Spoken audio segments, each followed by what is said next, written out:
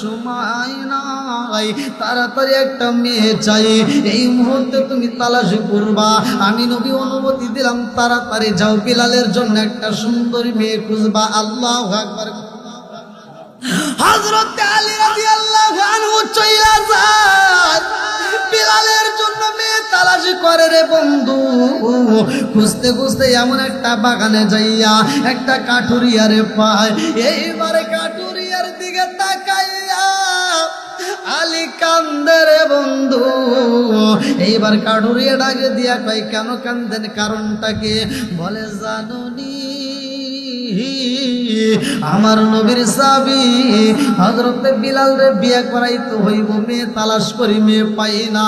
এই কাটুরিয়া ডাক দিয়া কয়, নবীর সাহাবী আমার বাড়ির ভিতরেও তো একটা মেয়ে আছে, চলো যাই।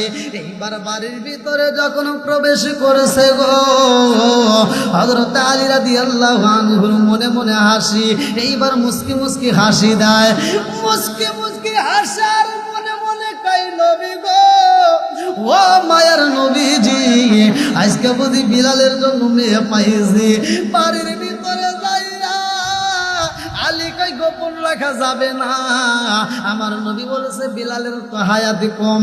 এইবার তার কাছে বইলা দেয়, ভাইরে ভাই, আমার নবীর সাহাবী হযরতে বিলাল রে বিয়া করাইতে হইব, বিলালের হায়াতি কম, অল্প সময়ের মধ্যে বিলাল বিদায় হয়ে যাইব, এই সময়ের জন্য বিয়া দিতে পারবানি। এইবার কাটুরিয়া ডাক দিয়া কয়, নবীর সাহাবী আমি বাবা হই, আমার মেয়েটার অল্প সময়ের জন্য কেমনে বিয়া দিবে, এটা সম্ভব না। ও নবীর সাহাবী, এইটা তো করতে দিতে পারবো না, এটা আমার দ্বারা সম্ভব না, তুমি চইলা যাও।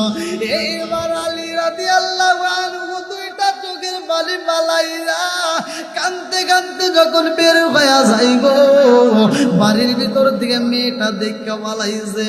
মেয়েটা ডাক দিয়া কয়, আব্বা জান, ও বাবা, সেই মানুষটা বাড়ির ভিতর